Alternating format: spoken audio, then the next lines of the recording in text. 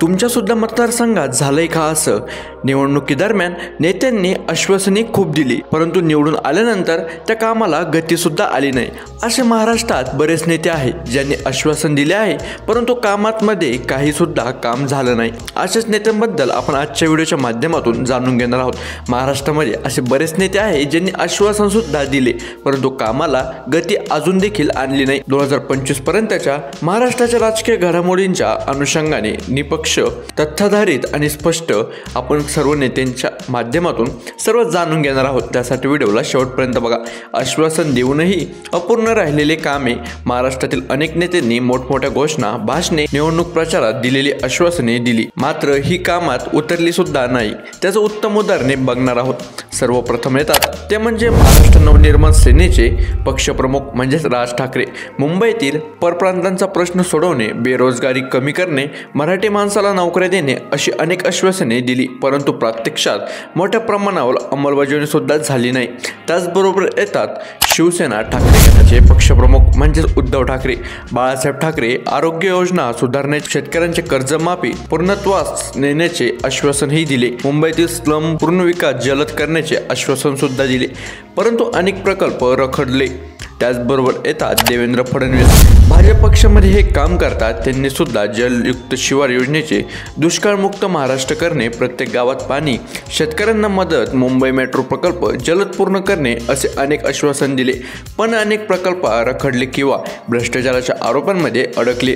तुम्हाला आपल्या चॅनलवर एक भ्रष्टाचाराचा व्हिडिओ आला आहे, तुम्ही तो व्हिडिओ लगेच जाऊन बघा, कारण की त्या व्हिडिओमध्ये आपण सर्व काही सांगितलं आहे. कोणत्या नेत्याने किती कोटी रुपयाचा भ्रष्टाचार केला आपण त्या व्हिडिओच्या माध्यमातून सर्व काही सांगितलं आहे. लगेच जाऊन तो व्हिडिओ बघून घ्या, कारण की त्या व्हिडिओच्या माध्यमातून तुम्हाला सर्व नेत्यांबद्दल विशेष माहिती भेटू शकते. कारण की कोणत्या नेत्याच्या अंगावर किती कोटी रुपयाचा भ्रष्टाचार आहे किंवा त्यांनी केलेले भ्रष्टाचार ते तुम्हाला सर्व काही त्या व्हिडिओच्या माध्यमातून समजून जाईल. त्यासाठी तो व्हिडिओ सुद्धा जाऊन बघा.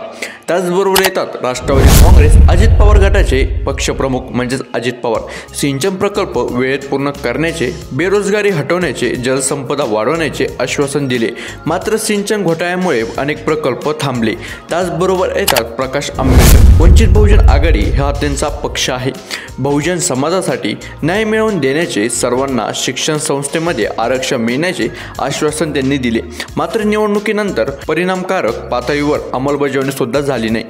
नेहमीच अपूर्ण राहिलेले मुद्दे म्हणजे शेतकरी आत्महत्येचे प्रश्न कायमच राहिले, मराठा आरक्षण पूर्णतः स्थिर न होणे, कोकणातील रत्नागिरी नागार रिफायनरी विरोधात आंदोलने, काम रखडणे, त्याचबरोबर मुंबईतील पाणी पुरवठा आणि वाहतूक समस्या कायम तशीच आहे. महापूर निवारणासाठी योजना जाहीर, परंतु प्रकल्प रखडले. महाराष्ट्रातील नेते निवडणुकी काळात पाणी पुरवठा, सिंचन, शेतकऱ्यांचे प्रश्न, बेरोजगारी हटवणे, आरक्षण, शिक्षण सुविधा वाढवणे, रस्ते आणि मेट्रो प्रकल्प जलद पूर्ण करणे या विषयांवर मोठमोठे आश्वासन देतात, परंतु राजकीय अस्थिरता, निधी वितरणातील विलंब, भ्रष्टाचाराचे आरोप, प्रशासनातील गोंधळ यामुळे बहुसंख्य आश्वासने पूर्ण होत नाही.